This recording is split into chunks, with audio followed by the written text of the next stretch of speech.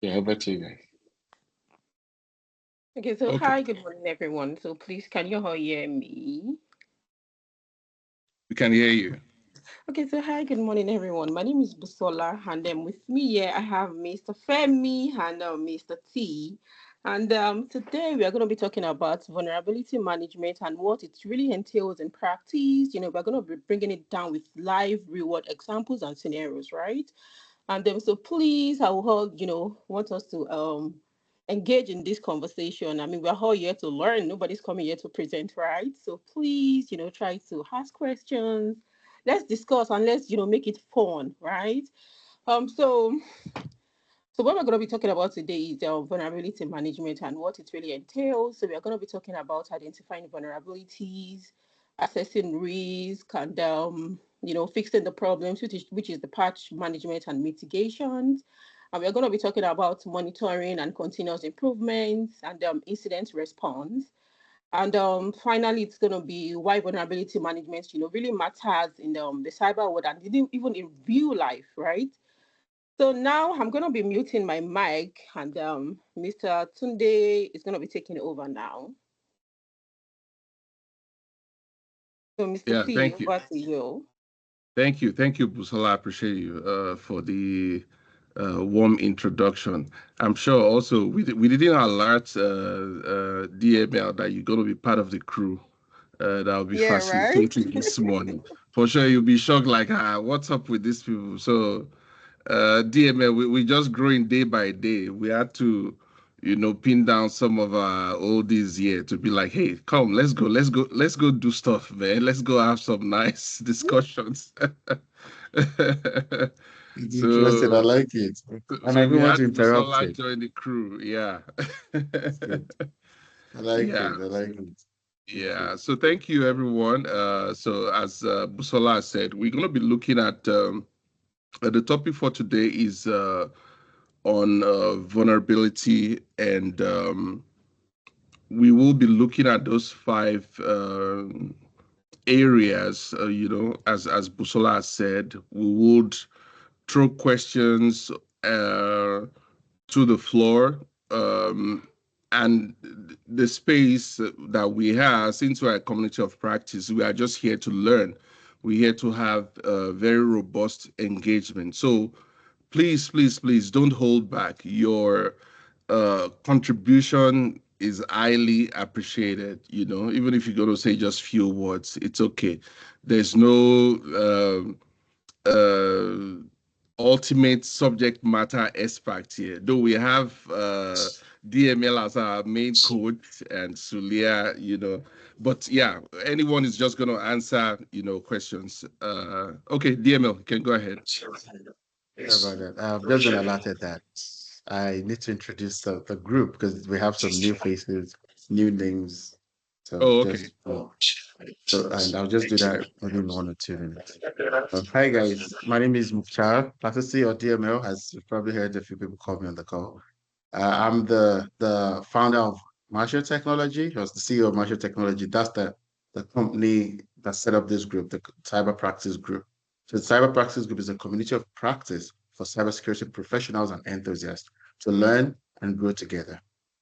So, and Marshall Technology as a company, we're a consulting and training organization that helps individuals upskill through, of course, experiential learning to transition into cybersecurity. So just to again so CPG is a free group, is a free community. It's just a way of giving back to it was an internal community for a group, but based on, I guess, popular requests or public requests, we've made it open to the world now. So it's a way of giving back and making sure that people are learning and again, growing together, build your network, connect opportunities and just grow pretty much. Right. With that, I will pass it back to the team. Thank you. All right. Thank you, DML. Yeah, we appreciate you, and we really see the value in having such a community where we can all come together and discuss issues pertaining this profession, cybersecurity, information security, and AI. So thank you. And so, as I've said, we want this to be very engaging.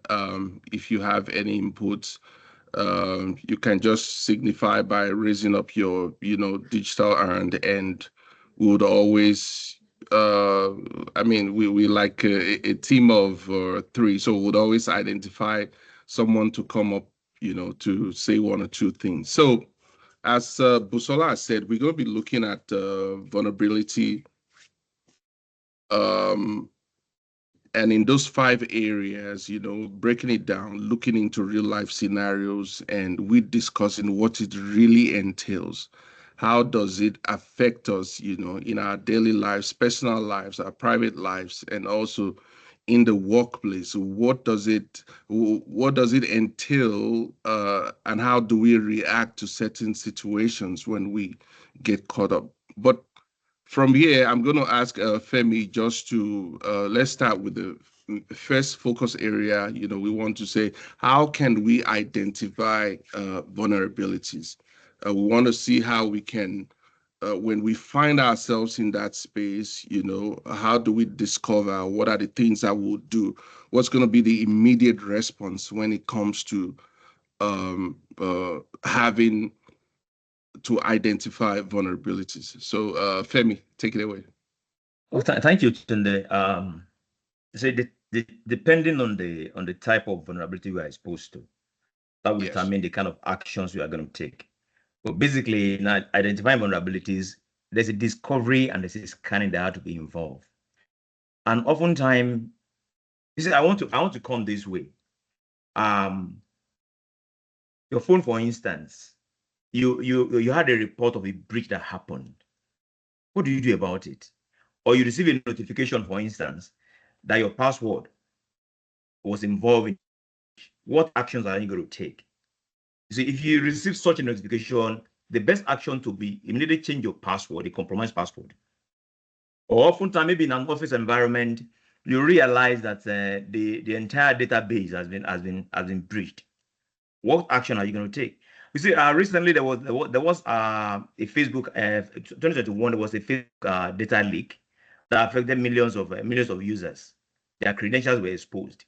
So the nature of the vulnerability determines the action that you are going to take. For instance, when your password is breached, of course you go ahead to look at, okay, what adoption do you do to ensure that, one, you never ever have a repeat of such again, which is your password has been breached. So what do?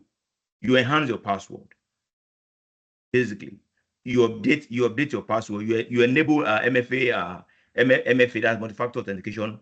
Why this is because others that won't carry out these actions, they tend to fall victim. And take for instance, you have a mobile phone that is not passworded, and one fast guy picked your phone. What happened to it? And you have your bank app in that phone. What do you think is going to happen to it? The guy is going to wipe clean your account. So what we are looking at is that we are looking at, okay, when we are exposed, what is the nature of the exposure that we have? What is the impact of that exposure? What action do we take to ensure that we minimize the impact of whatever is going to happen thereafter? So that's what we are looking at. So when we look at vulnerability, identifying those, when we try to make attempt to identify, we look at, okay, what are we exposed to?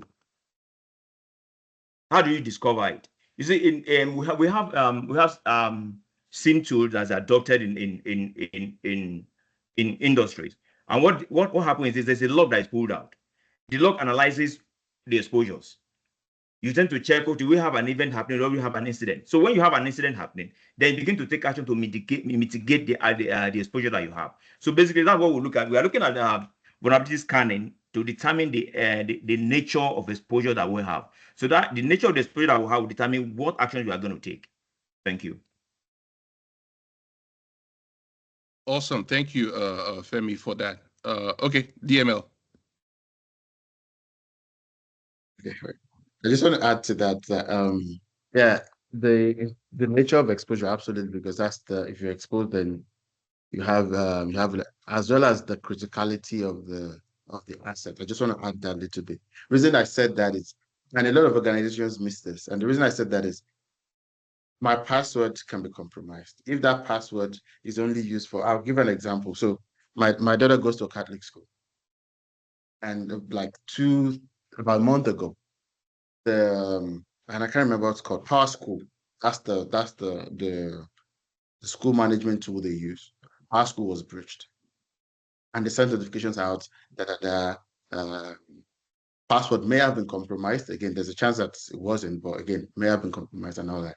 And I looked at it and said, okay, there's no one. I'm not using my email address on that system. It's just my daughter's information on it. As long as my daughter's information is safe, which there's really nothing sensitive that people can't know about it. I'm not using like the same password as any other application or critical system I have access to. So I'm like, okay, yeah, I can choose to change it or not change it. Nothing is going to happen. So the criticality of the assets goes also plays a part in what you do or how fast you take your action. If it was my banking app or password that would give them access to my banking app, of course I'm changing it immediately. I'm I'm I'm doing whatever multi-factor authentication, enrolling for whatever credit system what they've put in place to help people that are impacted by the breach and all of that. I would do that immediately because that would have a major impact on me as an individual. And the same thing again applies to an organization. So if a vulnerability is detected, let's say you're scanning using the Qualys or something, or even if it's just like a regular risk assessment or an audit that finds a vulnerability. So the exposure level is key. And of course, when the criticality of the asset that we're talking about would also play a part in, okay, if I've identified something on the system that costs the company $5,000 to implement, for example, and it doesn't play a critical part in the operations. If it goes down, or if you get nothing, like nothing is really going to happen, there's no customer data on it, there's no financial data on it. And they're asking them to spend $10,000 to fix the vulnerability. The company is likely going to say no. And it's not going to have any like compliance impact on them. If you tell me that as a business owner, I'll tell you no, no, no thanks. I'd rather shut down that system and not use it again, or find a system that is not vulnerable, something, and spend $10,000 to remediate a $5,000 asset that doesn't have any major importance to me as an organization. I just thought to add that because a lot of people miss it, organizations miss it. So I thought to add that little bit as we go on. Awesome, awesome. Thank you, DML, for that great insight. And also, because we also just very excited to get started and get into it. I just wanted to go touch base on what vulnerability management really entails. So for the sake of people who might be joining us for the first time, or who are aspiring to transition into this space. Vulnerability management is the continuous process of identifying, assessing, prioritizing, and mitigating security weaknesses within an organization or even any individual's technology environment. So it's not just about finding problems, it's about managing risk, ensuring compliance, and also making sure that you are securing your assets before threat actors actually get into your system trying to mess things up for you through any forms of um, actions that it might be through ransomware, somebody coming to get through your firewall, phishing, all kinds of attack. So I just wanted to put that out there. And we're going to be looking at, Femi spoke about identifying vulnerabilities, how we can discover, we will do this scanning. So everything is just all about making sure you are prepared before the attack comes to you. It's a more proactive way of securing the organization systems, like I mentioned in the um, definition right now. So, and one key thing, or the next point that we're going to move on to is talking about how you can assess risk say, for example, if you lose your house keys and you live in a gated community, and I'm just using this real world scenario just for you to grasp what we're talking about, and also for the sake of people who might be joining for the first time or who are trying to transition into cybersecurity. Say you lose your house keys, you're like in a gated community versus when you lose your house keys and you live in a block of flats or block of apartments, depending on the risk level are different. And the approach in which you try to find your key will be different. The approach in how you would prioritize you looking out for how you discover or find your lost assets is going to be different. So it's very important that we as cybersecurity, information security professionals are always having that a mindset to always react in certain ways and knowing what to do when we find ourselves when this incident occurs. You find yourself maybe even on a personal note where your phone has been hacked or your system has been hacked, or peradventure you had actually followed through some phishing email, and without you knowing, you already put some details. What are the things that you do? How do you assess those risks to say, hey, what do I need to do from here? Because now, whatever your actions are or whatever you've done is what is going to determine how you might end up losing that asset. And this is why cybersecurity programs or systems are set up in organizations so that we constantly iterating. You having to be on the forefront that before certain things happen, before certain threat actors infiltrate the system, you are already picking up. And Femi mentioned tools, DML mentioned certain tools that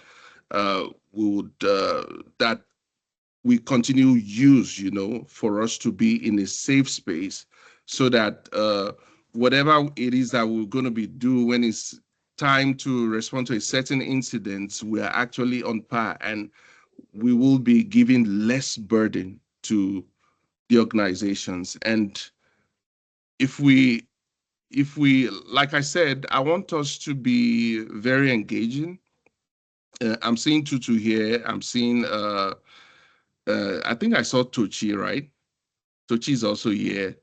I always call Tochi Tochi. She's been very impactful and inspiring in our group, in our cohort. Always dishing out gems and all that. So I'd love to hear you guys. We're not here to present. We're just here to have an engagement, and let's have fun that way. We don't want to be like the SMEs here. We are also grooming. We are also getting groomed in this space. So let's. It will be interesting to hear your inputs and all that. So Femi, if I may say, when it comes to risk assessment and prioritizing risk, what are the things that you think we need to do, like for us to have an effective process when it comes to vulnerability management? Okay, thank you, Tunde. You see, not all vulnerabilities poses the same level of risk. Therefore, organization must kind of evaluate vulnerability based on some factors. Like DML mentioned, some talks about criticality. You look at the severity of the exposure that we'll have. Like you made mention, if I misplace my house key and it's picked up, now what do I stand to lose? I'll have the moment you enter into my house, my laptop is on the table. Then if you look to your right, there are other valuables. Then you step into my living room, you step into my bedroom. That means I'm exposed. Then how do I rate that exposure? You see, in the cybersecurity parlance, we call it CVSS. That's a common vulnerability scoring system. There's a way it's rated from 1 to 10. Is it critical, which is not a 7 to 9? We assume is critical. Is it medium severity, or is high severity? So one, you need to have do an inventory of the system you have. When that inventory is done, you evaluate the vulnerabilities and the exposure you have when such happens. So you look at your severity scores. You look at exploitability. Is there an exploit that's available that any will be threat actor will exploit? Then what is the business impact? How critical is the affected asset? If anybody enter into my house, my laptop is key to me. Because I mean, if it's gone, I have a part of me that is gone. Because I have so many things on the system. My financial record is on the system. My personal information is on the system. So that means whoever has access to my laptop has access to my personal information, which is key to me. That means I'm going to lose this. I'm going to lose some of my financial records. So when you look at these things, you look at criticality, which is key to whatever you are going to do. Vulnerability deals with more of our exposure, our weaknesses, and what is critical to what the asset, because our asset is of value. And so whatever threat we have to our asset is a threat to us. So you look at the exploitability and the impact on the business. I'm looking at the impact to me personally. Then if you're in a business environment, we look at for instance, if a company loses their maybe a healthcare industry loses people's personal informations, you know what happens?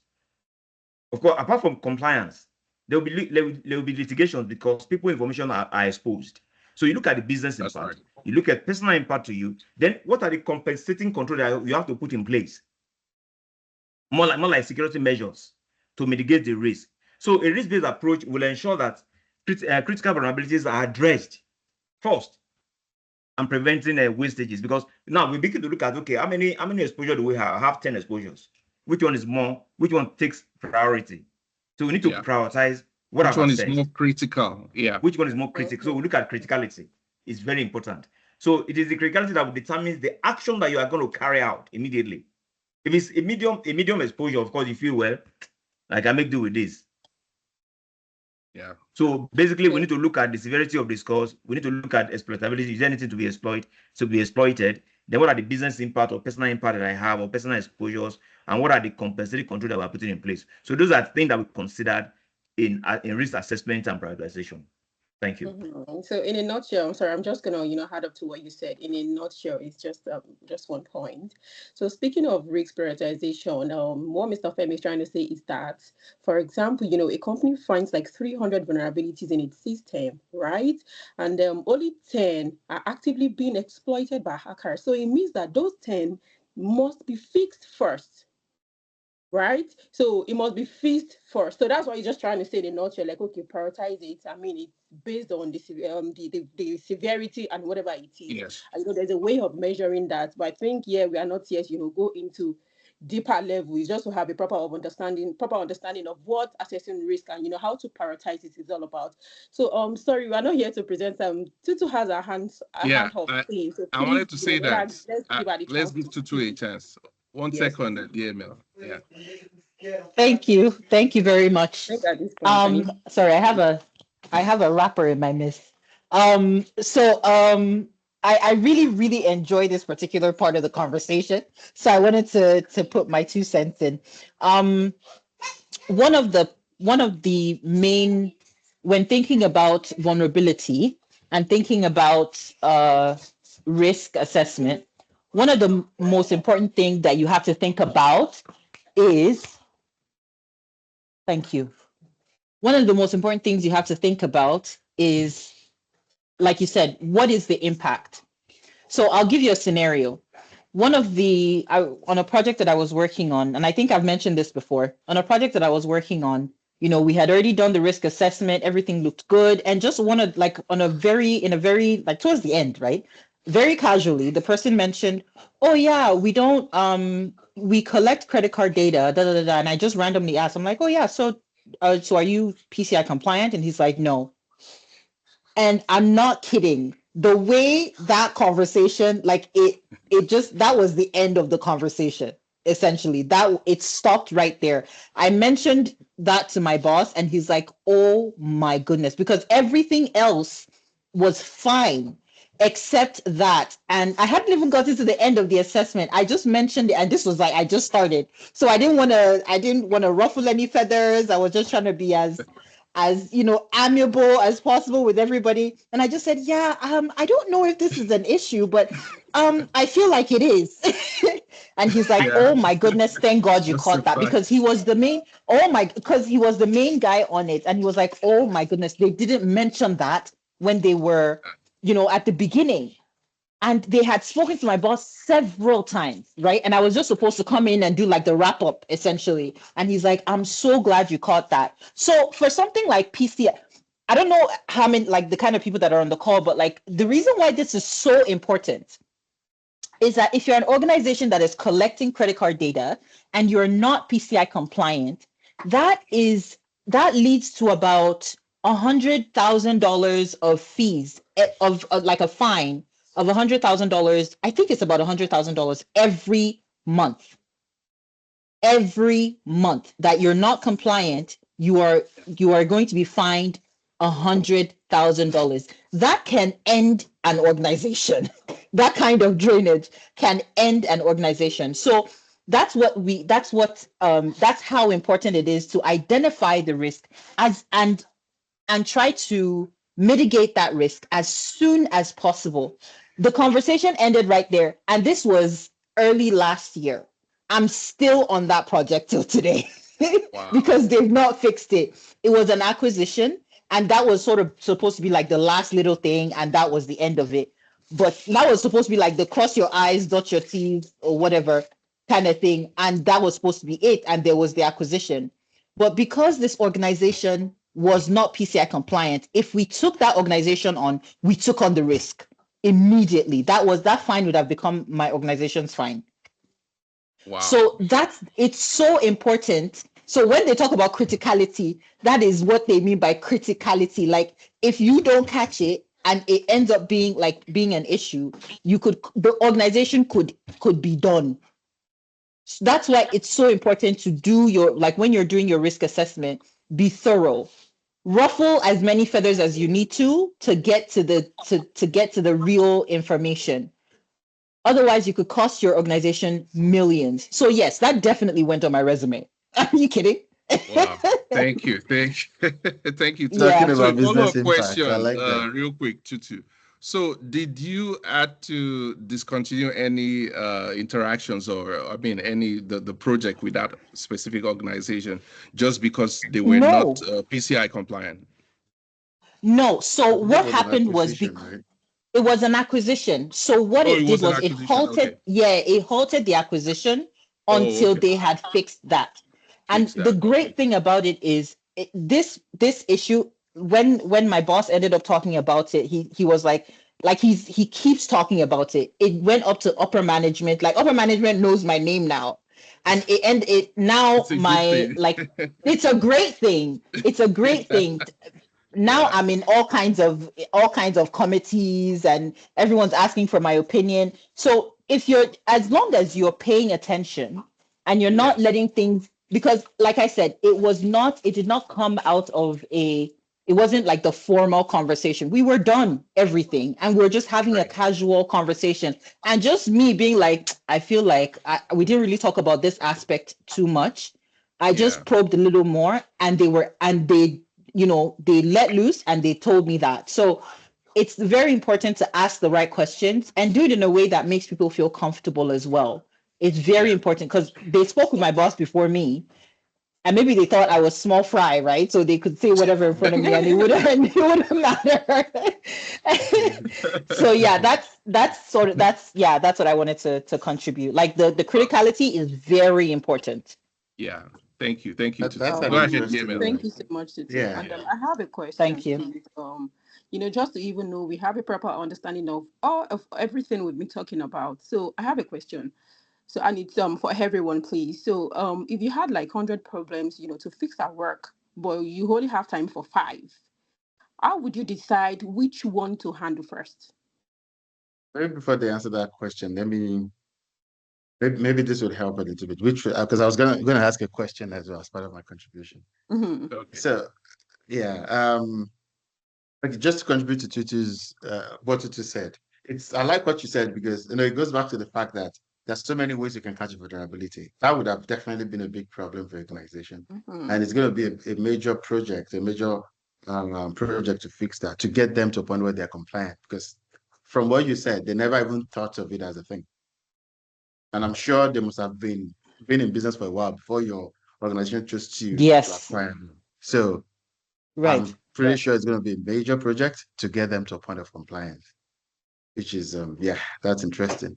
Oh yeah, Now I'm still on it. We're still on it. I'm not surprised. Really. In the next few weeks or maybe in the next month, as a company, we're launching something, and this actually ties back to like talking about criticality. So of course we have different things we do with businesses. And so if you're a business owner, I come to you and say, oh, you need a security person on your team. It's critical that you have a security person and we can help you hire for one. What would be your first reaction? Like, why do I need one? Right? But if I tell you that, how bad would things get if you lose your customer data today? I can help you make sure that you don't lose it. And even if something breaks, we can recover from it within an hour. If we don't do it, we'll take the responsibility for you. What would be your reaction as a business owner? So Um, I can help you hire a security person versus I can make sure that you don't ever lose your customer data because that customer data is probably worth millions to you. Yeah, I'm more Um, interested in making sure I don't lose my data. for you So sure. you're you kind talking of about put a solution criticality. forward for me to take a decision. It's not to hire, it's about seeing the exposure that I have and seeing what I'm going to lose if I do not adopt what you are bringing to the table. So I will Exactly. quickly buy into whatever you are saying because you're not just coming as a solution provider, you are making me to see how vulnerable I am if anything happens. Yes. And so Because I if you're don't even need marketing to yourself, tell you come you. with the first approach. Of course, the question that will follow will be more than what you are going to answer just because you have lost me already. So basically, the second approach Exactly. is more provided a more viable approach and more like tell me, okay, if I don't do this, this is likely to happen, and if it happens, my business is going to be in ruin. Thanks. Immediately you're thinking, okay, yeah, I've never thought of that.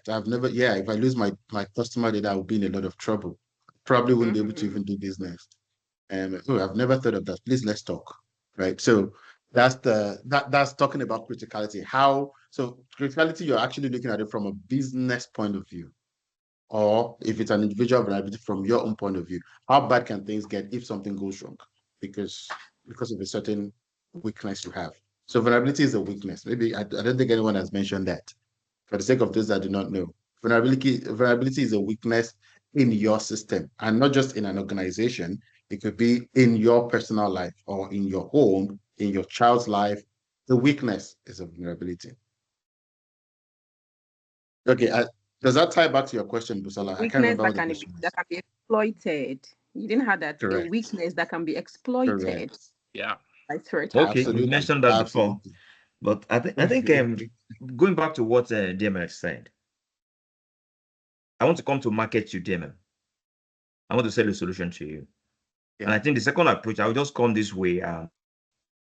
If you lose your client's data, the first penalty that you're going to pay $1.5 million. Secondly, your business name is of course, you have a trade name that you use in the market. And so when you lose such a data or we have that kind of data breach, one, you lose value. People want to disassociate with you. So you're going to lose your business. So I think you are just giving me a mindset of how to go about businesses and just to come to people, see, this is the problem you are going to face. This is the Yeah. solution I'm bringing forward to you. Mhm. So either you accept me or you go face the problem yourself. But of course, I'm providing a solution for you to see that okay, if this is not done pronto, there's going to be a problem. So that means Absolutely. I've gotten you already. I've gotten a market. I've got to meet you again. Tutu. This is what you stand to lose. Come and I'll meet Tunde. Tunde, this is what you stand to lose. So that way, we already have more like it's a business concept to make people see Exactly. their weaknesses Mm-hmm.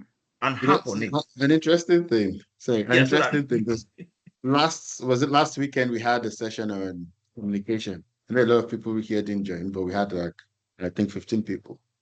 And it's interesting that we're having this conversation. Like it's so interesting how a lot of people think of cybersecurity as a very technical field. But when you look at it deeply as we're having this conversation, you realize that it's more business focused than technology. Yes, we assess technology, but the core of what we do beyond assessing the technology and processes and people is just business. At the It's end just of the having day. business-based conversations. Yes. Yeah.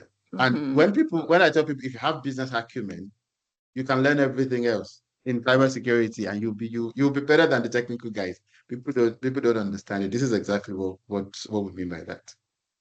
Yeah. I saw Sulia's hands up. Can you go ahead? Hi, hello everyone. Good morning. Good morning. You all mentioned or answered Busola's question. Well, I just wanted to go back to that, talking about what Mokta have said, Femi, and also Tutu. So in terms of prioritization, I know, like you said, if you have a list of 100 things, based on what they have said, you're looking at three things. Number one, what is Mm-hmm. the criticality? Number two, what's going to be the impact on the business?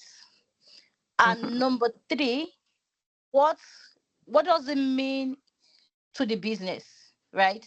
I like the way Femi and Mukta has tied this back to as a business person, the example you both gave. But another thing is I want us to be careful of using fear tactic, right? Because that way people see the problem and they're overwhelmed, right? Mm-hmm. Rather than, of course, you let them see the problem, but also provide a solution along with that to the problem. So they are not focused on what the problem is and be messed up, rather than showing them the potential problem and also telling them what the solution is, that you are the solution to their problem. So I wanted to bring it back to the question that you asked, and also based on what I've their contribution, I just summarized it. And another thing is when we are doing LinkedIn optimization, and when it comes to skills, and people list all the technical skills, I'm going to say your soft skills as important as your technical skills, right? Mm-hmm. And we've Yeah. mentioned business acumen. Tutu have mentioned attention to details. We've mentioned communication.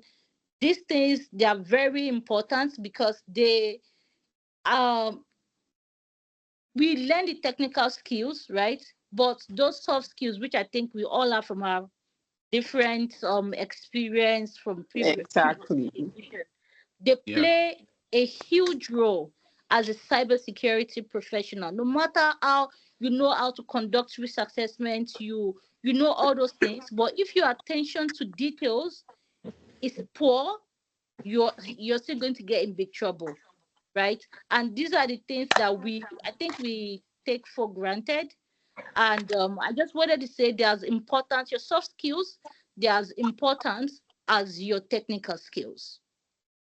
Yeah, our Thank you. That's communication all. plays a key role too. Communication, plays a key role in Yes, cybersecurity yes. also. How you say something. Oh, Yes, seriously. very important, because you'll be speaking to different stakeholders, bringing Yeah. down. We are talking to senior management, taking it from the business perspective, or letting them understand what the impact would be for the business. When you're talking to the technical guys, it will be different. But so different stakeholders to different forms of communication. The same thing goes to written, or if you have to have a meeting or send email. So tailoring your communication to your stakeholder. Yeah, very important. And I think that was part of the reason why we brought Dan in last week. He's a cybersecurity professional, and is a top guy when it comes to communication. Because on the post I posted on LinkedIn, I can see people's comment. People come even into the program last week, and the comments that people has impacted over the years on this act of communication. So those things that we take for granted, that they are also very important. This is someone that spent over 20 years in the cybersecurity space, right? So in focusing on that, it shows us how important it is. Mm-hmm. Wow. All right. Thank you, Celia. I appreciate it. And also, I think in addition to your question, there's a whole lot that is actually embedded in that. It's very important to take note of, that asset discovery process, for you to ensure that you are able to account. I don't know, was Femi part of my group in the cohort when we had to do, I think we had to create policies surrounding Yeah. asset identification and classification. Yeah. And I believe those processes is what is going to prepare you on a day like this, whereby you've had, 100 problems to fix, and you're able to check the exposure level, as Femi has mentioned, and see what can really be prioritized, because if you don't know what assets that you have on ground, what does what is important to the organization on a higher level. If you don't know that, it's going to be hard to say, oh, this is what we want to solve first. We have 100 issues, and but we can only work at 5 at a time, and we can use uh, real case scenarios, that has happened in this space, to see how they've approached this kind of managing risk and whatever vulnerabilities that might have occurred. So I know we are on assessing risk, and it forms part of a huge part of the whole problem, because it's more of you knowing that you have to be prepared as an organization, so that when those incidents are flooding in, you know how to react, or you are even already proactive because you already have systems in place. You already have your tools in place. Femi, I don't know if you would like to, let's look into the tools of the trade itself. Like, how important are these tools, for us to, always, like, these things are always there. These resources are always there for us to be ready to get things done properly. Okay, thank you, Tunde. Before I go into, when you were talking, something came to my mind, and that is organization business objective. You see, Right. we need to align that to be able to achieve the required business security posture that we're looking for. If we do not align that to whatever we are doing, we are going to miss the mark. So we need to align what is our objective as a business? So whenever we have any exposure, we have that at the back of our mind. This is what we want to achieve. Like, see, whatever we are doing in cybersecurity, there's this tribe, CIA tribe, which has to talk about the confidentiality of whatever we are holding, the integrity and availability. So anything that's going to attack these core values, we need to guide it jealously. So the objective of the business, in alignment with this, will help to give us an enhanced security posture. So going back to the tool of trade that we use, for vulnerability management, you see, There's a when we question do in the our chat. Oh, there's a question. Yes. Sorry, we're checking that. Let's look in there. Yeah, it says, at what point should you carry out BIA? Business impact assessment. Okay. So, Uh, Does Mr. anyone in the meeting want to help with that, or does maybe anyone even want to anyone go that's for not that? facilitating? Yeah. Our guy, Mr. DML, please Too help us many, answer too, the question. Busola, yeah. Okay. too many quiet people. What's going on? Right. So BIA, again, business impact assessment is done after, okay, you have your assets, you've identified the vulnerabilities of that through scanning, audit, or risk assessment, or any form of assessment that comes through. After you've identified that, and you're like, okay, this looks like a severe vulnerability. Before you start talking about it, before you take it to business to say, oh, this is critical, you have to fix it. That's the point you're looking at the impact. You are doing your impact assessment. And usually it comes from how critical the asset is or how important the asset is to the organization. So that's at the point you do your business impact assessment. And Does that I make sense? think Yeah, what the go ahead. person is trying to say is at what point should we carry out the IE? I think it should be, during the planning phase of any business continuity management. I don't know if that I, answers the question because after it would be so okay. It would be more like after the scanning, Mhm. you've identified and then you're actually so it's the vulnerability and the asset now. So you can't do okay. So you understand your business or asset criticality already from your asset inventory and all of that. You have that. So Yeah. attaching that to that vulnerability determines your okay. If a critical vulnerability or a high severity vulnerability is on a critical asset, what impact would it have? You would probably most likely most organizations would have kind of what do you call that, a matrix for Matrix, the yeah. BIA. So you're looking at it and then you can map, okay, it's critical, not critical, whatever their rating is. I don't have one open, I would have shown you that. But it happens after the scanning. So after Past risk assessment, vulnerability, yeah. right?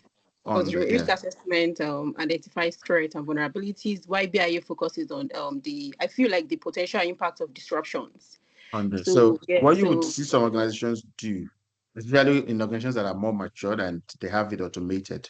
So once, say, a Qualys, for example, or Tenable, Nessus has done the Nexus. scanning, yeah, it passes it into a tool like ServiceNow. So the ServiceNow, they already have their what we call the CMDB, which is the configuration management database. That's where like their assets are. So now looking at the asset versus the criticality that's come from, say, Nessus or Qualys into ServiceNow. ServiceNow will now automate. They would have kind of automated the matrix on there, would then automatically determine criticality of the vulnerability based on those two factors, severity and business impact. Mm-hmm. And that's what determines the planning. That's what helps you with your planning. And For okay, what should we conducting. remediate first? What should Mm-hmm. we do first? Now, the what would also determine, and I don't know if we'll get there, or maybe I should just say, what would also so after you've done that, what would also determine which vulnerability you address first would be the organizational policy on okay, what happens to critical vulnerabilities, what happens to say maybe high criticality vulnerability or whatever their rating is. So there'll be a policy around how to address those or when to address those. If you have like very critical vulnerabilities for some organizations, you have to remediate within 30 days. In fact, some requirements like PCI DSS some regulations or standards would actually require you to do that. So if it's highly critical, it's on a payment system, it must be remediated within 30 days. Some that would be 30 to 60 days, 60 to 90 days, on and on like that. So those are the things that will determine your planning, how you plan the remediation of the liabilities you've identified. Okay, so in a nutshell, conducting a BIA after risk assessment ensures a clear understanding of which risks to prioritize, right? So if it's in a risk assessment, it is done as part of the risk assessment. If it's in a say like actual vulnerability scanning, most of the time where it's automated, it's done after the scanning has been done, after the vulnerability has been identified on the asset. Okay. So does that answer your question, Dio? I mean, Yes, thank you. okay, you're welcome. So I think we've spent a lot of time on And there's another prioritizing. hand up. There's There's another another answer. hand up. Oh, Yeah. Are you at there? you Sorry, can good go morning, ahead. guys. Adik Morning, K, Ayo. right? Yeah, good morning. Sorry, I just wanted to piggyback on the question you posted on because sorry, I'm very new to cybersecurity, but I want to bring in some from prior knowledge of BA because the question they ask is about business Impact what's it called? assessment. Business impact Impact analysis, impact analysis. assessment. Oh, is Yes. he okay? So for my, I want to try to clear a thought. For my, okay, I know BIA is done mostly at the planning stage, but Mhm. from what you said, you said would do the. I don't know if it's different from cybersecurity process. I know BIA can be done at any time.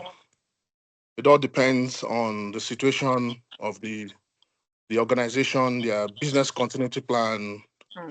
They could do it at the beginning Yeah. of their process, or they could do it at the point, okay, later there's some organizational changes, or where there's a security breach. Let me bring some security. Let's say there's an incident. They could also do an impact analysis at that point in time. Or some Correct. organizations even say, okay, let's do it regularly. Okay, depending on their situation, or maybe they're acquiring a new business and all stuff like that. Is it different in cybersecurity? Can someone It's help me to not clear that? it's not Okay. different. I like what you're saying. So the response was actually as it relates to vulnerability management. But you're 100% correct. Like, and this is a common question in cybersecurity interviews actually. How often should you do a risk assessment or an impact assessment? So when you're doing a risk assessment, you are doing an impact assessment with it. That's what determines the criticality of the risk. Right? Like you said, you can do it as regularly as, in fact, we'll say at least, if nothing changes, at least once in a year, or as your organizational policy requires. That would be the ideal answer. Or anytime there is a major change, or there is a change. A change could be an incident, like you said. A change could be a new project. A change could be a new vendor, or even a vendor taking on a new project within the organization. A change could be that a vulnerability is found in this case, which is what we're talking about, right? A change could be that a vulnerability is found, and then we need to put a fix in place. We need to understand how, one, how would that vulnerability impact the assets, the organization and the assets? And then how would the change that we're putting in place, the patch, as we call it, we're putting in place impact other systems? That's the work of more of like security architects, or solution architects. So yes, you're 100% correct. But my response was as regards vulnerability management, because that's the discussion today. But your thought is not wrong at all. And then on what Demian just said, from the onset, we talked about VM being a continuous improvement action that's being carried out. So at the point of an incident, there has to be an impact assessment. Before the project is commenced, there has to be an assessment that is done. Right. Why a problem happened, assessment is carried out. Then there has to be a post-mortem, which is also an assessment too. So you see, in the life of it's a cycle that It's a we have to ensure continuous, that there's continuous exactly. identification, identifying, and fixing. Because if you don't do that impact assessment, how do you know the impact of what had happened to the business? You can't just get to hand to that. So it's when the impact assessment is carried out, you get to see the level of exposure and the criticality of the exposure that you have. And you have to be your postmortem too have to be done so that for you to know what is the lesson learned in this. So same Thank you. thing in the space of vulnerability management. After you've implemented a patch or a control to fix a weakness, a vulnerability, you would still rescan and conduct an assessment again to make sure that one, the weakness has been fixed and doesn't broken anything else, doesn't impacted anything else. Does that make Okay, sense, Mayode? Yeah, it makes perfect sense. Thanks so much. I was just trying to link it together because maybe there's a special BIA that needs to be done during because I know it is continuous. It has to It be is, yes, continuous and 100%. periodically, depending on the situation. Thank you so much for clearing those thoughts. So it's something relatable. Thank you. Yeah, because even the 100% bad relatable. Go ahead, Busola. Busola, you said something? Maybe she. oh oh sorry, I've actually been talking since. Oh wow. Oh, I'm okay. muted. Yeah. So I said the bad guys are not sleeping, so you don't have to sleep too. You just have to keep doing it like every day. And I think we've spent enough time on what's it called, assessing risk, because it is important, right? And you need to know how Yeah. to prioritize your risk. So now we are going to be moving to fixing the problem, which is on patch management and mitigation. That's very important too, right? Because if you're talking about assessing the risk, so how do you fix the problems? So now I'm going to be handing over to my guys so they can talk about fixing the problems, which is the patch management and mitigation. So Mr. T, my Oga. So DML is our guy. So anyway, thank you for that. And I know, Femi, you were trying to touch on we were talking about the tools of the trade, looking into vulnerability scanners and patch management, which is, what we are trying to do, or what Busola is talking about. Your SIM and analytics, and, also talking about threat intelligence. So specifically on patch management, what would be your insights or your contribution, when it comes to that? My view is this. Why patch management? What are you patching? That's fixing the board. There's a problem. You identify certain vulnerabilities. What do you do about it? What actions are you taking to ensure that this problem is fixed? That is what patch management is all about. And more like it's a kind of remediations that happens. We've seen couples of time when you delay in carrying out certain actions, and thereafter you begin to bite your finger because of this because of the exposure that you have. So when you are putting in a remediated actions to resolve a problem, in cybersecurity we call it patch management, and then there are tools that is used for this. I think solution like Microsoft SCCM and I think Ivanti, they help to streamline the deployment of security update across enterprise environment, and they provide more like this. It says kind of testing scheduling. Is on at intervals that you get to see this kind of update. So they provide it's a scheduled update that you receive on your phones. You receive most of the enterprise guys receives this, and it reports capabilities for crucial remediation how to happen. There was a time that window, I think, sometimes back, when it has to do with fixing the board, they release a security update to fix a serious bug, but there was a delay. This WannaCry, I think that should be 2000 and can't remember 2017, 2018. Yeah, 2017. 2017. Yes, there was an update. So there was an update that was supposed to have been done, but they received, of course, they received it that okay, this update is supposed to be have been carried out, but it was delayed. They didn't do it until after a while. The hackers acted on that same part that was supposed to have been done. The update was not done. People, because the negligence, kind of, you just feel okay, we're going to do it. We delay in doing it. So when we delay to fix certain problems, there are after effects that will begin to haunt our business, and oftentimes make us to bleed. So we got that WannaCry is an example of delaying in fixing a problem. And like even our phone, sometimes we receive updates.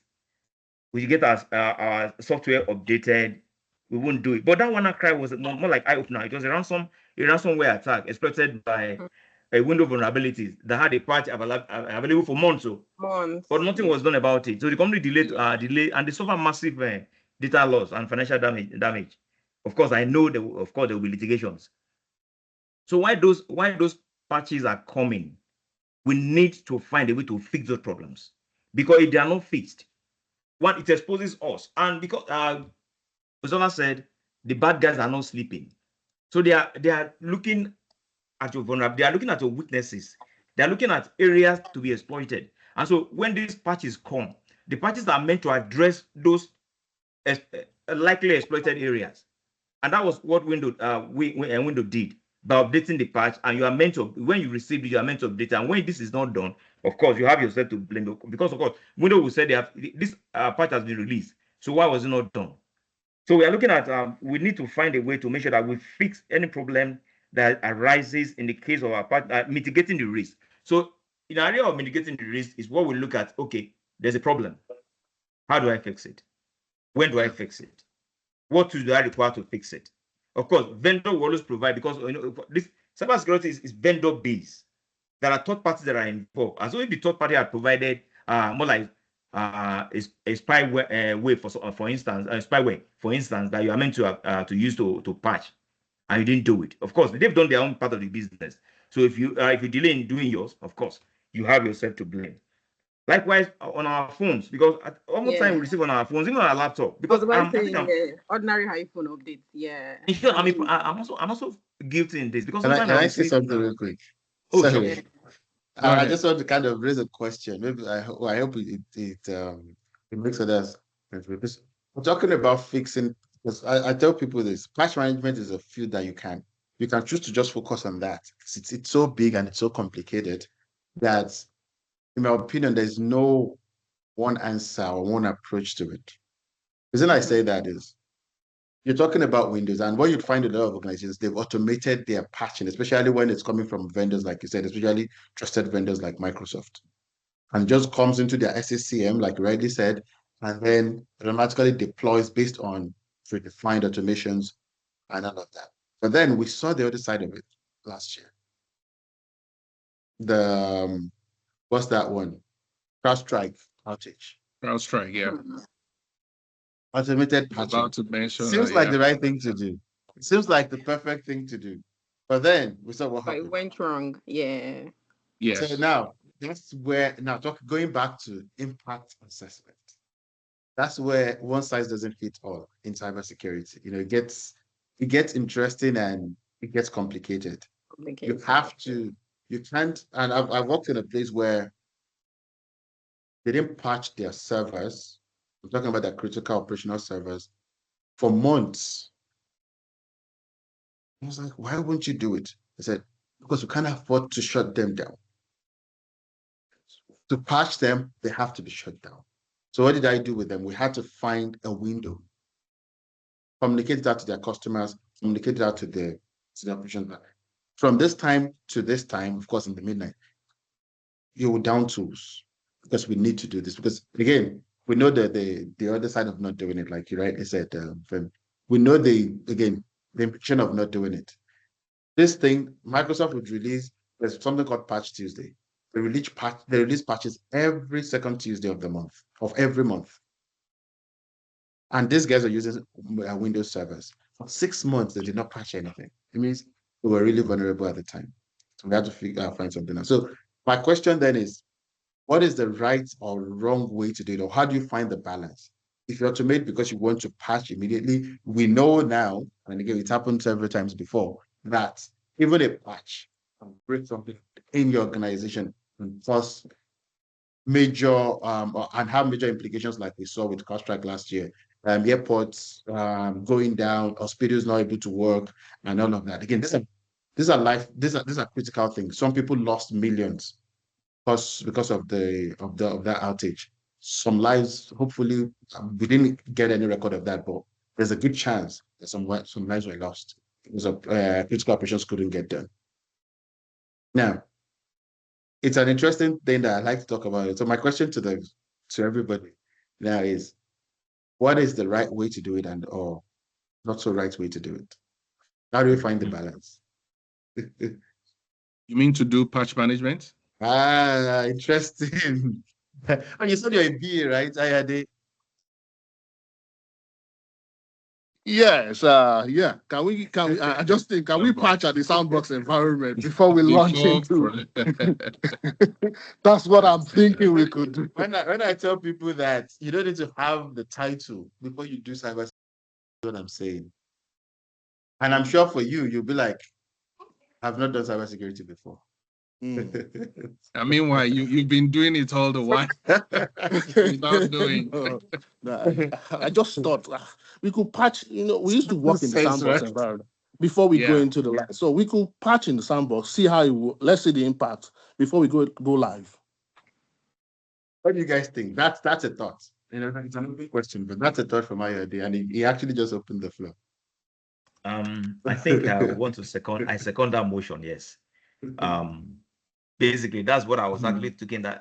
That can we do more like even with patching in an environment, just have an isolated system where you carry out the patch and see the effects before you take it to the main system. That way, you're gonna so that if there's gonna be any failure, there's gonna be a rollback plan immediately to ensure that you don't expose the so that what happened in CrowdStrike will not happen basically. See, because that's more like a reference point now. So So what was the mistake that was made? Then what do we need to do now to ensure that we don't fall victim of what happened? So maybe we have an isolated cases where you do state patching. We just create an environment where we carry out a patch and see the impact before we do a rollover plan and we call it migrate to the entire system. And of course, we can do it sequential. We can do it in sequence. Maybe just the first phase, second phase, and third phase, so that if the first phase that you are doing fails, of course, you can roll back and it does not affect the entire system. And also, you can also look at the peak hour. You don't do anything. So whatever you are going to do should be off peak hour, so that whatever happens thereafter, it just minimize exposure that you're going to have, and you can easily mitigate that than having when you have peak this thing and you go to do a patch management, you rock the boat and you down your system. Then when you down your system, what happened? Availability impacted, and we said cybersecurity keyword is CI tried. Just to ensure that this is, as in whatever you do, either PCI DSS, HIPAA, whatever they are, everything is just meant to ensure that these three key, will I call it more like a standpoint. Whatever they do, it's just on that standpoint to ensure that this is not violated in any way. Let me complicate this a little bit. Okay. Theory is easy, right? Yeah, let's use a sandbox. Let's test it. Let's do it in stages. And it seems very straightforward. Common sense, right? Okay. We have an organization like WestJet, for example. We know how big they are, how many employees they have, how many systems they have, different departments. How many sandboxes would we have? How many stages? And let's just talk about Windows, no other systems. Windows systems. Let's say 90% of their employees, well, I'm not even talking about servers, I'm talking about just PCs. And 90% of their employees use Windows. Would one sandbox be sufficient across different departments? Now, would it be one BIA to determine how to do something like that? And it's going to cost money, right? Is there a better way to do that? I'm not saying there is. It's just a question. How easy would it be to have sandboxes? Or maybe one sandbox was sufficient. That's if we all agree that having a sandbox is a potential solution. Okay, Jamel, I'll put that question back to you. And the question is a follow-up question also to ask you, but no, go ahead. The question is this.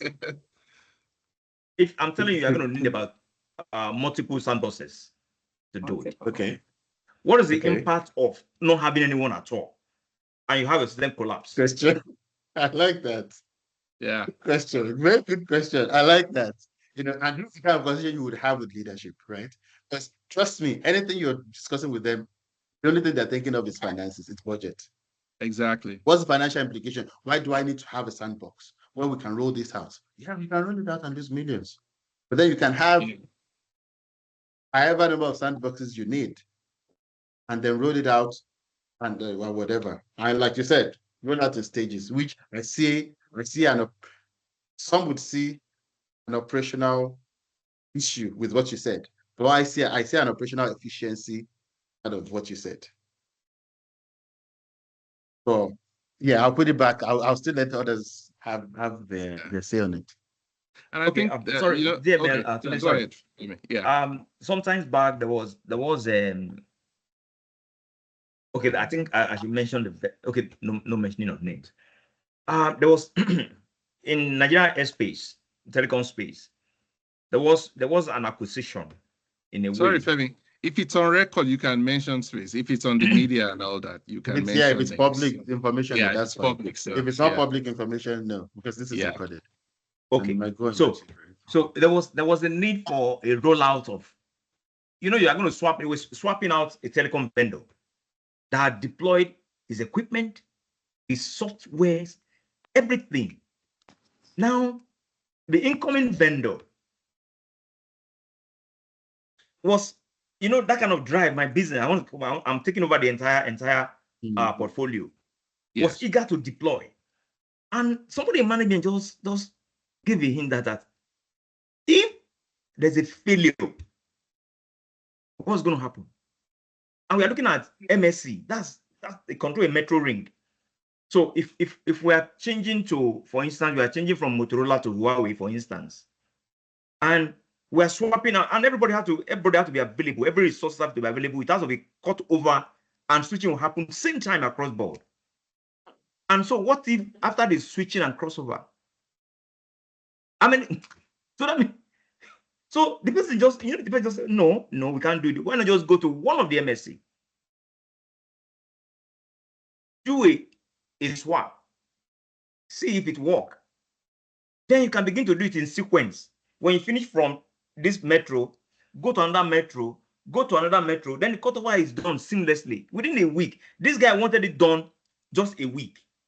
But this guy said, no, you can't put the whole business, the whole portfolio in trouble. So there was a sequence. So it's staged. So you see, we wanted to learn from these things. Why will a business, and you see, we're not talking about cybersecurity and whatever it is, availability. No, we're looking at network availability that is going to affect the whole It's still country. cybersecurity. Remember, any Okay, it's incident that cybersecurity, impacts at least network availability security of in a way. So information basically, so is still a the security cutover was incident. done in stages because of the likely impact of any failure that will arise from the patch not working.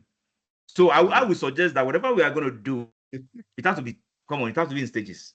I don't know how business is going to see it, because let them look at the global picture. If this thing is just once and there was a total failure, there's no communication. So how are you going to communicate? Okay, if you are in the field, you have done the cutover. How can you revert?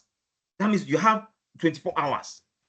Come on, everybody's going to just go crazy to get that system back to functioning state. So the best thing is to just put it in sequence. We are going to do, for instance, we are going to work on in this department today, and see, let's see how it works.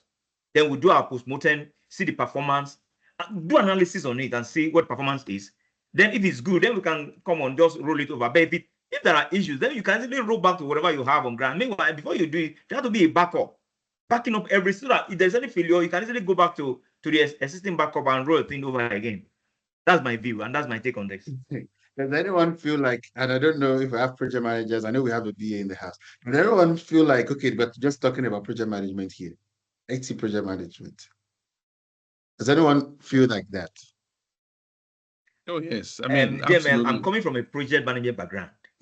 Exactly. So the issue is Yeah. this: So you can't that's isolate exactly what it is. you can Remember what? isolate cybersecurity, and Yeah, they are intertwined. yeah, intertwined. Yes. And True. I don't know if you've seen the trend. Especially in management, they're looking for people with PMP in cybersecurity. I'm seeing that now. I'm And seeing they're a lot. basically hiring Yeah. for enterprise security project and program managers. Because Yes. for those that have gone through the program, you remember that from the start, I'll tell you that cybersecurity is done in programs. This is Yes. exactly what we're talking about. Yes. So yes, we can talk about technicalities and all of that, but it's core. This is what we do. If you're not the hands-on, I'm typing, I'm using a tool guy. If you're the guy that actually like you understand the end-to-end of cybersecurity, you know that you're just running program management, and you just keep going and going again. It's interesting, what you said, what you just said is exactly in a sane world. Again, we know the world we live in; it's not perfect. In a sane world, is exactly how it should be done. Yeah. Uh, and the follow-up question that I was going to ask, and you actually already spoke to that, is having a rollback plan. What if it fails, right? Which usually happens. Ayode, please go ahead. Thank you so much, Femi and DML, for those. I want to quickly share an experience, and this Sure. is an experience I have back I was in operations, banking operations, and I could remember the bank was cutting over from their core platform. I've forgotten the name. We were using Phoenix. We wanted to switch from Phoenix to a different platform. Then I could remember I didn't know this was this issue. But when I had to speak with IT guys, they had to tell us what was the issue. We cut over to that platform and everything failed for a whole 1 week. It was terrible. Every transaction we did on that new platform, when we did the rollover, we had to go back and post everything back into the old platform. I could remember guys in Teller then, all the transactions they debited on that new platform, they were working till 11 p.m. at night to go post back all those transactions again into when we rolled over because the new software failed. Yeah. So you can So you imagine had to the kind recover. of time, hours, money. If it's not, well, in Nigeria they don't pay overtime. Those guys were, if in this system where you need to pay overtime to those people that worked 11 p.m. at night to go post those things back. I'm looking at the kind of impact when we don't have a rollback plan, what it could cost, the kind of money it's going to cost to the organization, the kind of reputational risk. People are not able to use the banking services for a whole 1 week, and that was terrible. Exactly. Again, that's an availability issue. And there are so many other things we can talk about in between, but we don't want to complicate it. But yes, that's Yeah. definitely a major issue. No, the worst thing to do is to deploy a patch, or as you know, in project management, deploy a solution. Because what we do is we deploy patches too, right? Just like you're deploying a solution, you're sending it to production, right? The worst thing to do is to do it on a Friday, because there's a very high chance that you would not have a good weekend. So, True that, and I think DML. The other thing, that just came to mind is to, like look into best practice for an effective vulnerability management process. And in all of this that we're talking, I just pinpointed that it's very important to establish clear policies from the onset, because when you have a well-defined vulnerability management plan, it will definitely outline the roles, the responsibility, timelines, and escalation procedures that needs to be followed, so that you're not caught up into asking questions what do we or do? unnecessary questions. Well, no question will be unnecessary in the midst of an incident, so that we can always refer back to what is the policy saying. I mean, if we check the issue of CrowdStrike incident, I think it was about one guy who was not supposed to do what. Yeah, I'm not sure. Into maybe DML, you can remember. It was an oversight. So they had It was an plan in oversight. place. Yeah. It was a Yes. clear oversight. Oh, it passed this patch passed before. It passed, Yes. but they didn't roll it out 3 months Right. earlier. And then when they wanted to roll it out, it actually failed in testing. In So they were like, testing. "Oh, Yes. yeah, it passed 3 months ago. This must be an error."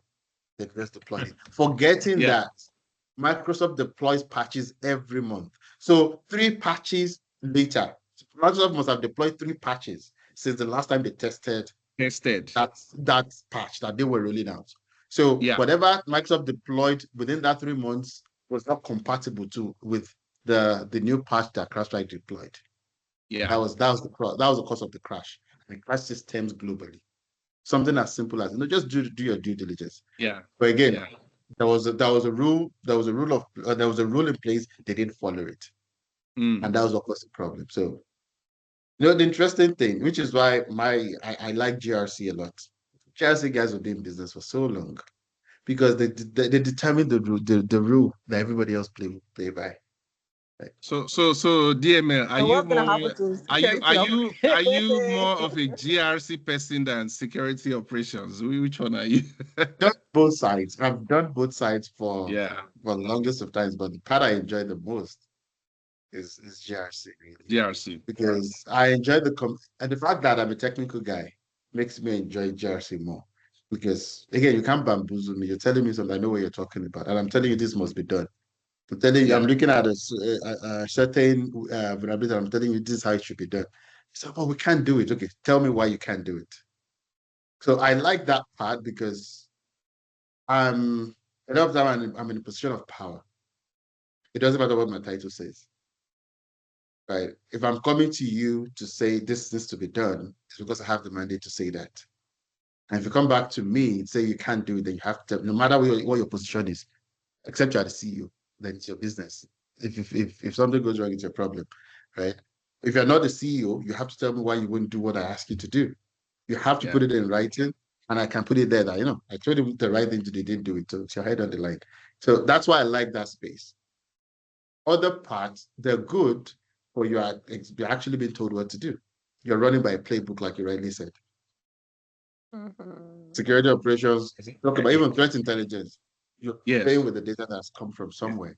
And then you're looking at, what do I do with this data? You don't know.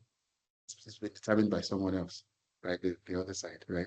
And you have If to an run the incident show within that, specific there is confines, not a lot yeah, of room to be innovative. tools. Yes. To say, oh, it's not working. What do I do? Because you know that if you take a step outside of the playbook and something goes wrong, it's your head on the line. Yeah. Exactly. You see why we don't like you guys?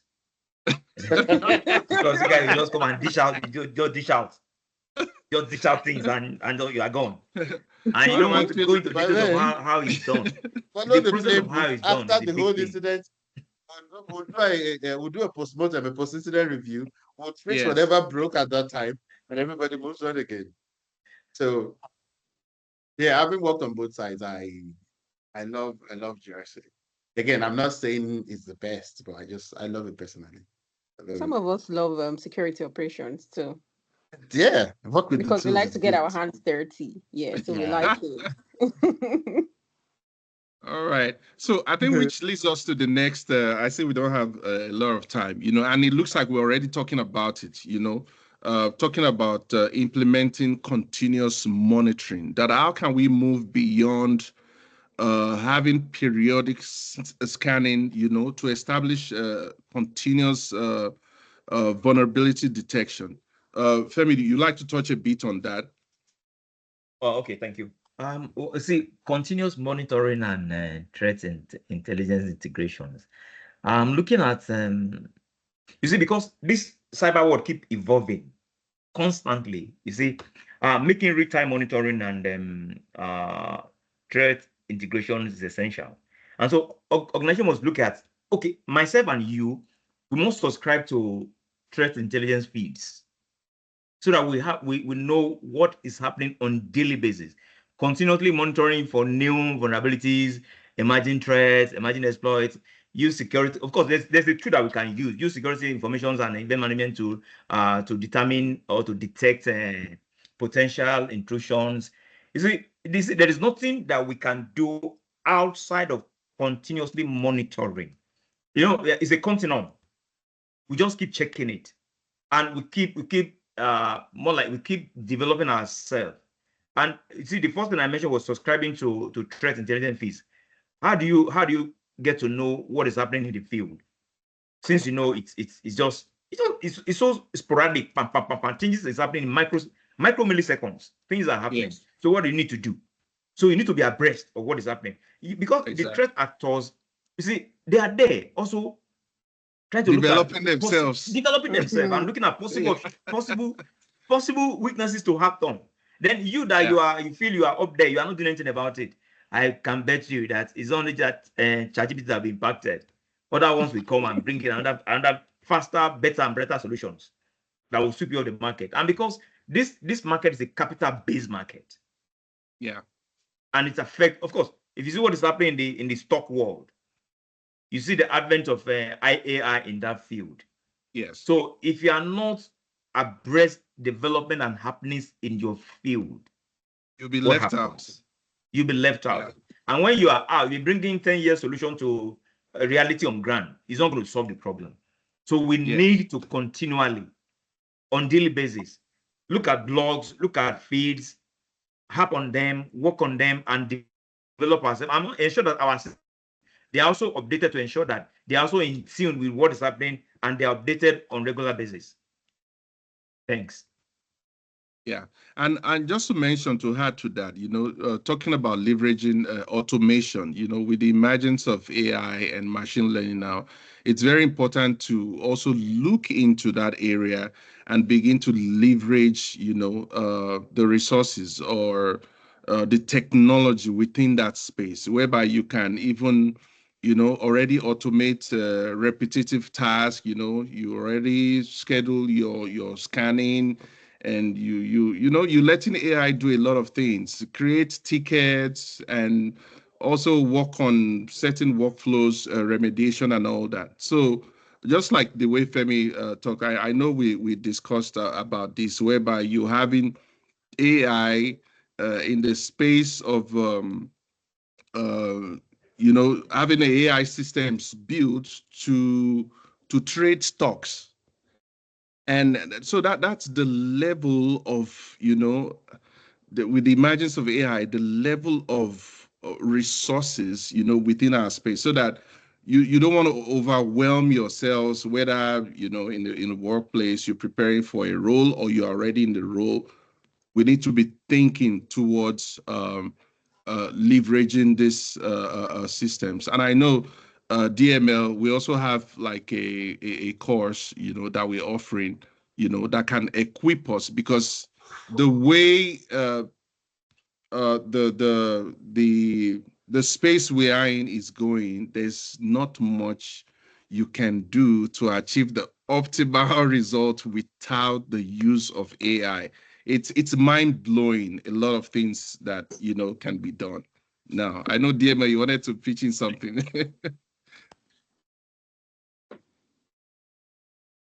Demi, we can't hear you. We can hear you. I don't know. We're losing your. And I think this monitoring and continuous improvement, we need to, Hear me bring now? it down to real life scenario. Okay, you can hear you Yeah, now. we can hear you now. Yeah. Oh, okay, good. My microphone disconnected.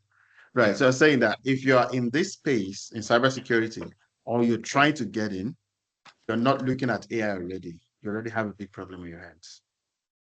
Because again, agential AI is coming, AI agents, and it would change technology as we know it.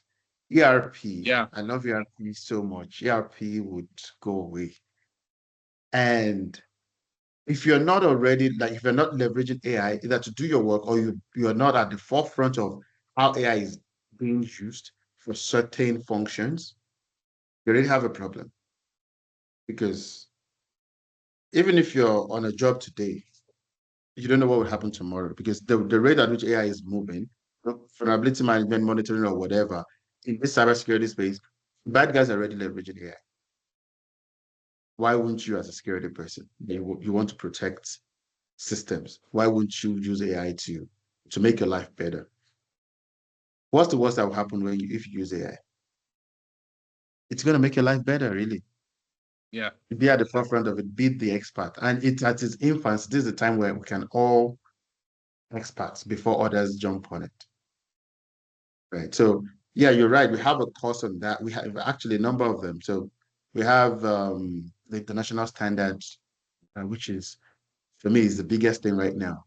Because there's so many countries, so many regions bringing out regulations around AI usage.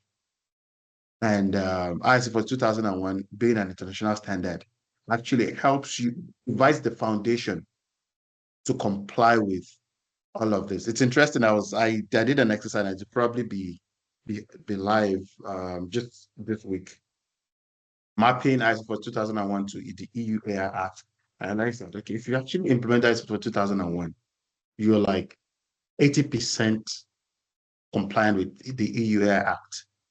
And the other 20% is not a lot, it's just more of documentation. So it's, again, the best thing you can do for yourself, whether you're in security operations or whatever, is to at least know how AI works, and either how you can benefit your current work, or how you can leverage it to position yourself better. Tutu, please, I know you have something to say about AI. That's your cup of tea there, right? Go ahead. Yes, Go ahead, Tutu. yes, please. So just this is something that I know I mentioned the last time we met, but I think it's very important that if you can get in the space, you should please get in the space as soon as you can. I thank you for pushing me to post it and to publicize it, because I can't even tell you how much that changed like a lot of people's perception of me at work. I was telling Surya earlier in the week that I mentioned, like, after I posted it, my boss saw it, right, and he was like, congratulations on LinkedIn, blah blah blah. And then in the next like 2 meetings we were in, he was already like, oh, can I? We can hear you. We can hear Go you. ahead. Okay. Yeah, like in the next, let me go that way. In the next two meetings we were in, he talked about it, and yeah, go Tara, I'll meet you. And then almost immediately I had to have another meeting with another person. I was already asking questions about, okay, how can we implement this like within the organization? So it puts you, like, it catapults you to the front of the line. Like right now, I know there's one other person in my organization that has a similar certification, but they're just the two of us in the whole organization. This is a multinational organization. So the likelihood of them firing me is very, very, I'm not scared. Very when, slim. when they say job security, this is serious job That's what security. it Like is. there's literally Right. nowhere I Simply Exactly. can behave. I walk Exactly. love into. that. Yeah, Simply there's Right. literally behave. nowhere I feel like I cannot walk into and make waves. So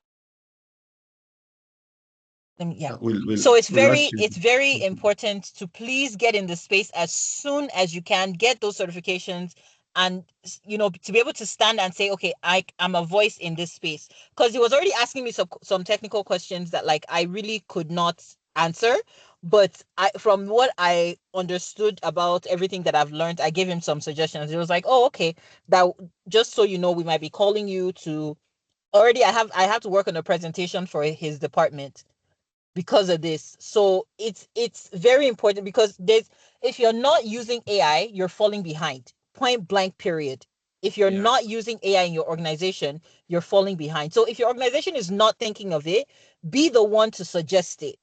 Be the one to Right. say, okay, based on what I know, this is what we could do. In fact, get them to pay for your certification. How about that? Get them to pay to send you to school. Absolutely. Right. Tito, I Yeah. don't know if you want to share the part where you you are supposed to be like a risk assessor, but now you work across other departments because you're needed. Oh I don't know yeah. if you want to And touch on that. that whole situation about with the initial example with regards to, can everyone still hear me? Yeah, Oh we yeah, can hear you. we can Yeah. hear you. Okay. Sorry, I've been going in and out with my Bluetooth. So so the whole thing about the situation, the scenario that I gave before, the example that I gave before about the risk assessment that I did that discovered that they were not PCI DSS compliant, that put me in certain rooms, certain like meetings, that now, like with that AI 42001 certification, when I talk, people listen. Mhm. Is that's where it's put me now, and it gives a lot of credibility to what I have to say. So it's very important to have the certifications, absolutely. But please, and I say this as I'm saying it to myself, don't be afraid to toot your own horn. It took DML basically wrangling me to be like, go and apply for your certification and get it, because I had already done the exam, right? Bro, Femi, you were in the room that time. I've already done the exam, right? I had done the exam, I had passed it. I was like, thank God. All I needed to do was go and apply for the certification. It took me almost a month. And it took DML being like, just sitting on me, like, guy, go and do this thing. And then after I got it, he was like, okay, now post it. So, It's like, oh, I got it. I got it. I was like, okay, now go on LinkedIn go and and post post it. talk Post it. about it. There's no such thing Yeah. as a hidden talent. Yeah. Man. So please, please, it's important. And I mentioned this before, but it's important for us to, especially for us that are the good guys, to put our voices out there and say, look, this is the way it should be. Because if we are not talking about it, best believe some bad actors are working on it. Forget. Absolutely. They are They're actually working on it. leveraging it. Yeah. They're using it. Exactly. They're Yeah. using it. So how Yeah. about we set up ourselves so that we're making the right decisions, creating the policies? And I love what you said about GRC. I can never be out of a job. So so we're creating the policies to make sure that when AI is being utilized, it is done ethically, it is done with a sense of responsibility within your organization.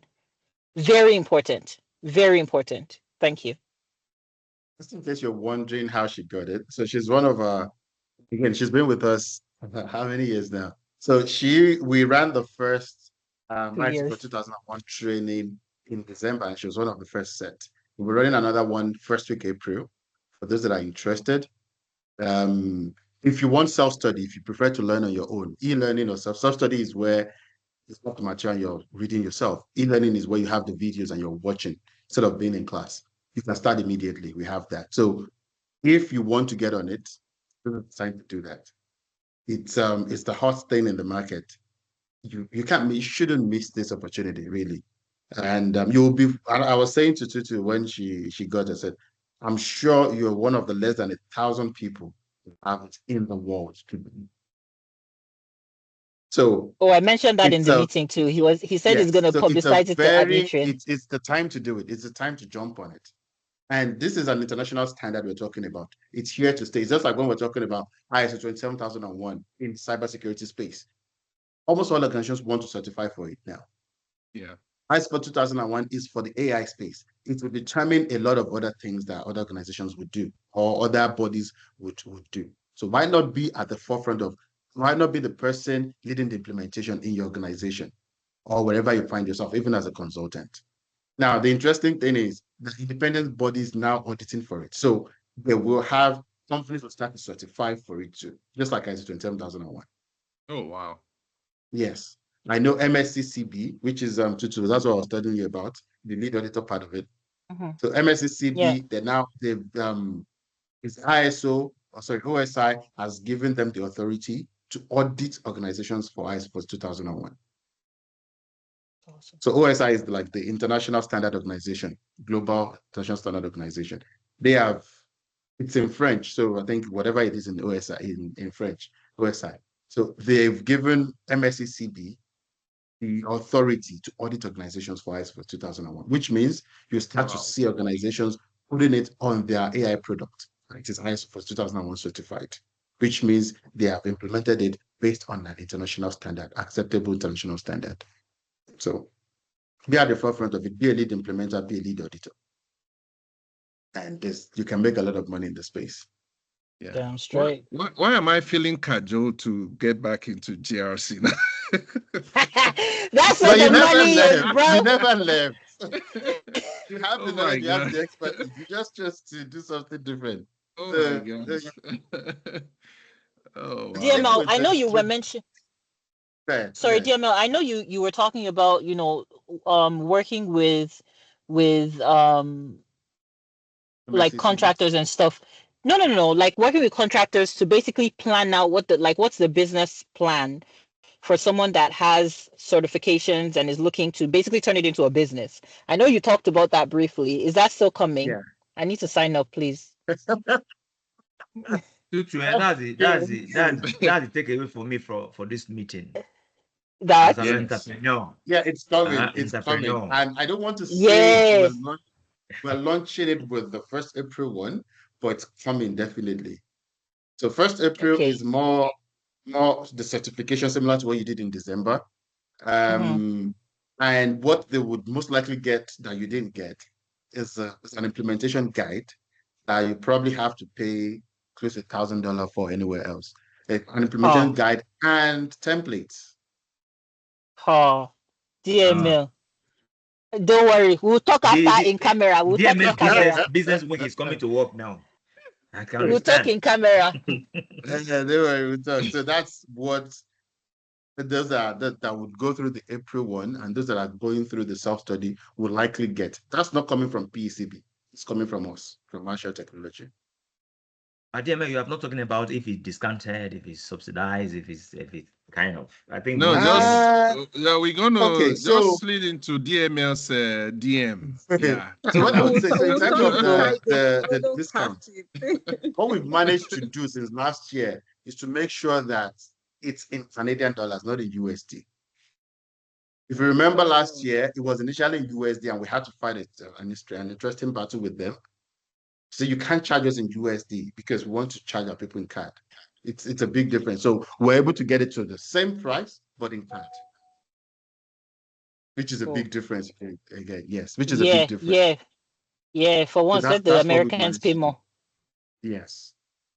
Okay. So just think of paying 0.6% less if you're in the US, 0.6 or $0.6 less. If you're in Canada, think of the fact that you're paying 1.4, you're saving 1.4 pad on the certification Nice. cost. These Anyway, US we people, will they have slide into money. your Let them spend the DM to money. have a further engagement with you on this. They have Yeah. money. You see these two US people, yeah, they have Sounds money. like a Let them plan, spend it. Femi. Yeah, that's what I'm saying. Yeah. That is the plan. But don't worry, we're gonna go into your DM and have a conversation So we'll around talk this. to DML. And Yeah, Since Tutu is the Hey God. resource You need to there, she's the implement that. madam you have here. nowhere to Oh. go to. Pioneer We're gonna hold resource. you. She's the We're gonna hold madam you there. here. You lift our Oh. hands up. I They beg get oh. She pata will here. show Oh. you. You're She will already show making you money the from way. everything. I'll Okay. She will show you the way. look, you have to check your wherever the stream is, put your head there. Otherwise, Yeah, you're right. missing out Exactly. for Okay, sure, Mm-hmm. for then I sure. want to say We'll be running the something. lead implementer Probably again, our time is and going, and I need yeah, to. We're already exceeding our time. yeah, we But we are 15 minutes since over. DMN So is talking about they are going to be leading the lead implementer and lead auditor, whatever that is, we will reach out to you. Just ensure that you have that spelled out on our chat box so that people can have an access to it and reach out to you. absolutely, yes, Also, definitely. I yeah, believe almost everybody here is on the CPG community. If you're not there yet, make sure you fill the survey, put your email address so we can send you the invite. A lot of announcements will come from there. So when it's available for registration and all of that, all that will be put on there. okay, So if you thank you. need enough information, that's really where to go. Thank you. Okay, before we round up, please, I've shared a link on our chat room. Please let's fill out the survey and tell us what we'll do better and what area we need to improve on so that we can serve you better. And before we finish the meeting, I have one final challenge for everyone. Like, I have a question that I want, I would like everyone to answer. So, what's one security vulnerability in your life that you think you can fix today? That's an interesting one. Mhm. I like that. I mean, It's so quite what's that thoughtful. one thing that you feel like, yes, you need to do? I mean, The because floor is we've open to spoken about a everyone. lot of things, right? And I then, want to. we've tried to one way or the other, try to relate it to real life scenarios, right? So based on everything we've talked about today, what's that one security vulnerability that you feel like, no, I can fix and I must, fix today? I need Remember to that it update doesn't my have to be passwords. technical. It doesn't I'd have Update to your love be to I need hear to technical, password. from. update right? my I'd love to hear passwords. from Tochi. The coach has been Sometimes. quiet. No, but maybe because it's Yeah. not GRC. She's always, she's more GRC, not the security operation. So that's why she's been Well, we are quiet, I all guess. this. It's all Thank encompassing. you, guys. I'm listening. I'm listening. I'm hearing everything everyone is saying. So I'm here. So Yeah. then what is the one vulnerability you would want to fix in your daily life today? That's an interesting question. I hadn't even thought about that. Oh, Well, okay. That's why I said it's quite thoughtful. yeah. Makes you Mm-hmm. think. Like, yeah. Well, I actually think in Okay. terms of, kind of maintaining my password and stuff, because I do have a lot of accounts. Procrastination. No, I like that. Not Non-technical. really so good, right? But however, I tend to neglect them because they are not really that. I don't even see the importance in them, really, right? Like, even if they are exposed, it doesn't pose that much of a risk to me and all that. So when it comes to that, I would say password thing, right? I'll say Mm-hmm. password. But I'm looking at my browser here and I'm seeing relaunch to update. Good. I'm sure a lot of people would. I'm sure a lot of people have that right now on their browser. So that's one Yeah. vulnerability you should fix right now. Okay, maybe not while you're on the Yeah. call, so you don't. But yeah. And also, is Yeah. this Chooks that I know? Chooks Yeah, I thoug2? mean, Looks as like, well. yeah, I Yeah, think I Is was that so. is thinking that is that it the Chooks same that I shoe know? I'd love to Mazi? hear from Chooks. If it's the Chooks that we know, that I know. Or any tricks that is Is behind it the Chooks from seal. our Yeah, crew? or the Chooks here. I'll love you to review yourself. Just say one or two words, you know. Oh, if you can unmute. I think shoes has gone out. The number of people on the call today that I don't know. I know we're over time. If they want to even introduce themselves so we know them, I can see Sahad. I can see Munya. I think I spoke with Munya during earlier in the week. Oh, okay. You have to Say drop. Moya Good is to have dropping you. out. Oh, yeah. Good to have you. Thank you for being here. Okay. I think everybody else, they're not Hello exactly everyone. new. My name is Taiwo. This is my first time here. It's really Hi, been Taiwo. engaging. I've learned a lot. I'm new in the cybersecurity space. I'm glad I was able to join. I hope the video will be shared on the school can watch it Yeah. again Well, because I joined kind of late, but it's really been eye-opening. Thank you everyone. good to have you. Awesome. Sorry, Good evening, I saw your Taiwo. name, but you're not new to me. So in my head, I'm like, he's not new. Okay, so one advice Uh, I'm going to give good evening. everyone is, try to review and strengthen your password habits. Try to use password manager instead of reusing same password across different, sites. Because sometimes you apply for jobs and you have to put in your details, you have to put your email, password, or whatever. And at the end of the day, you don't even get the job. And before you know it, you've forgotten that your password is somewhere. So for me, I don't even use my personal password. I just use the password manager. Generate anything, give them. I don't care because I might not even come back to your site. Do you understand? So please let's try to always For use that, password let manager. me just let me add to that. So for that, what I would say is because for job applications, you're not exactly putting anything that is not already out there, right? Your phone number is out there, your name is out I'm talking there. about some that you have to log in first. You have to So yeah, create an that's what I'm account saying. for So use one general password for that, like them. across different platforms, so that and make sure you don't use it anywhere else that is sensitive. So that even if anything happens, you can be in a place where you know, okay, it's fine. It's just what I use for job applications. What would they do with your resume? What would they do with your phone number than to call you? What would they do with your name? It's already out there anyway. So recruiters can Yeah. call you. So anybody can call you. So I would say just One use a password, right? general password, yeah, across board. Because again, talking about criticality, those applications, those job application boards are not critical to like your personal life beyond the fact that they can help you get a job. Thank you, Okay. Femi. DML. Yep. Okay, I have a question. You see, I have reservation on putting my resume on ChatGPT. Why? because I know.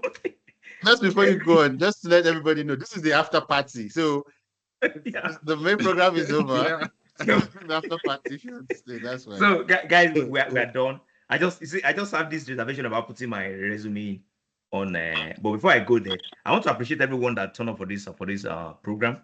We appreciate you. Thanks for coming. And this is a monthly program.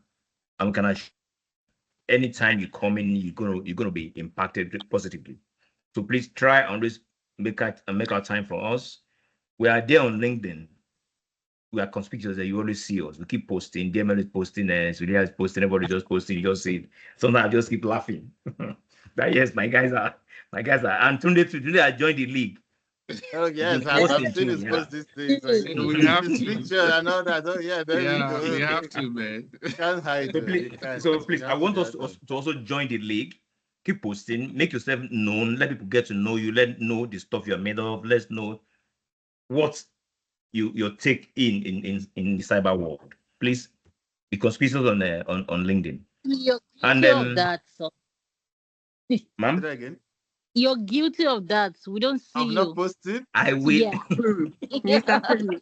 I You started actually just speaking called to me him out. about it yesterday. No, I yesterday started he speaking to challenged Femi me, and Bosola. and I said, okay, Yeah, from today you're gonna be seeing me there. I'm gonna come out loud.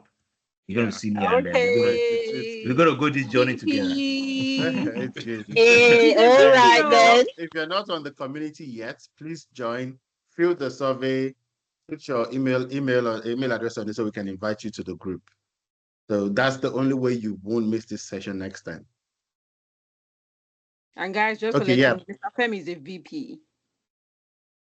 Is Is it it what? what? VP. He knows what He's I'm a talking about. VP. And Mr. T Oh, knows Oh, a, VP. okay. Tell us what a that is. potential VP, yeah. Not potential, he's already. Wait. Tell us what's going on. Let me stop recording first. Don't worry, don't worry. No, wait, let's stop recording for a second. Yeah. Okay, what's going on, guys? What's going on? Tell me.